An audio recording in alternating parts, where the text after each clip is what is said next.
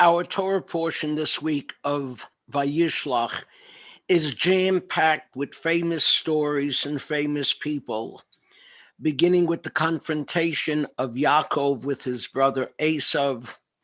Following that, we have the story of the death of Rachel, the story of Dinah being seduced by Shechem, all stories of famous people that are part of our history.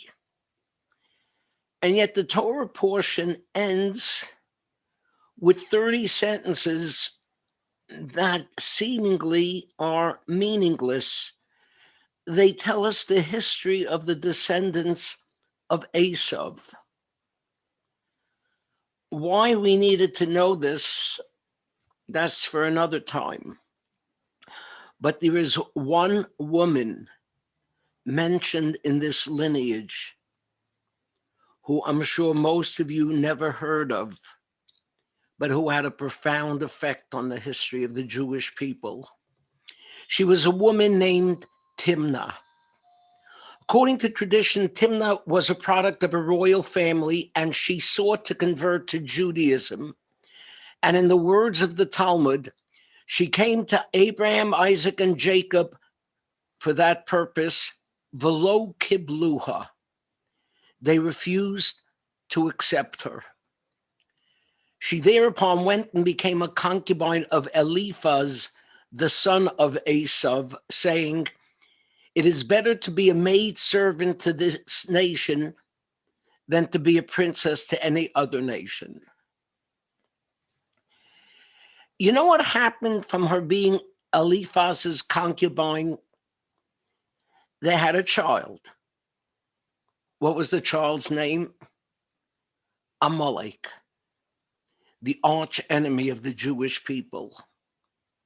And the Talmud concludes the story by telling us that Amalek became our eternal enemy as a punishment for our having rejected their ancestor. The rabbis of old understood that this teaches us a most important lesson. Be careful when you reject someone. It might come back to haunt you. I've always had a very positive and accepting attitude to potential converts. I've always had this thought in the back of my mind. Why reject someone at a time when we're losing so many to intermarriage? Let's take them in and make them one of our own. Because who knows what happens from a rejection.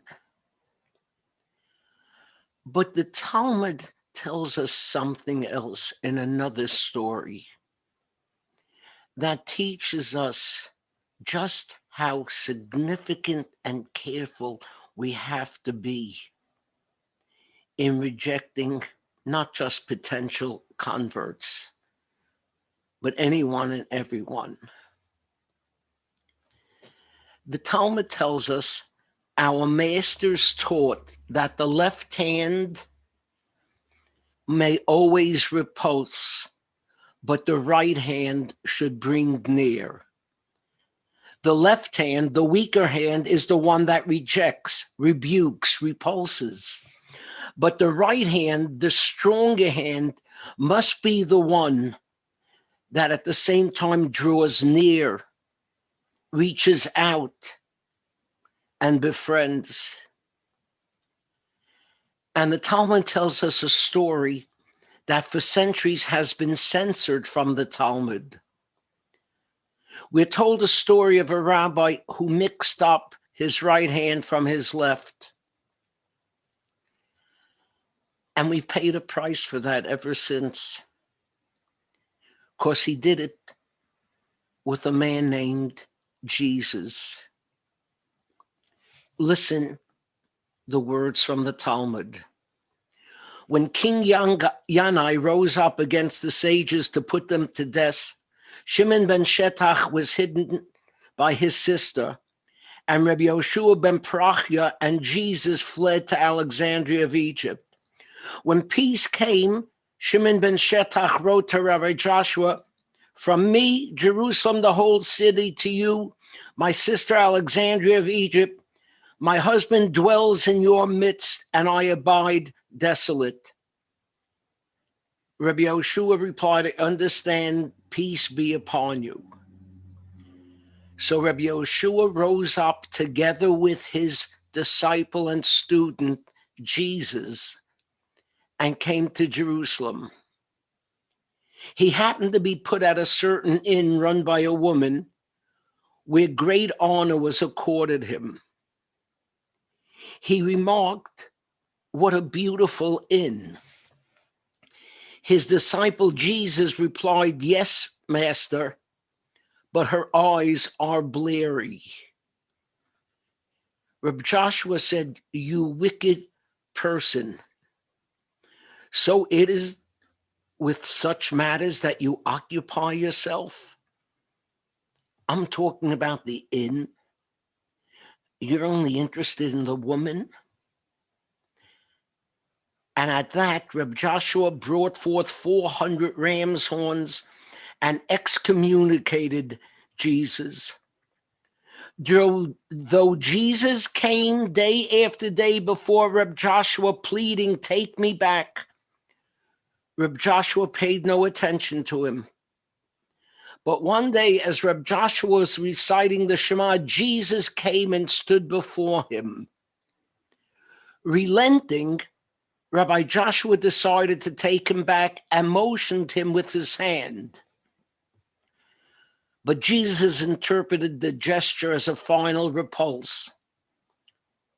So he went off, set up a brick, and worshiped it. Now, many scholars question whether this story ever took place and whether it really involved Jesus.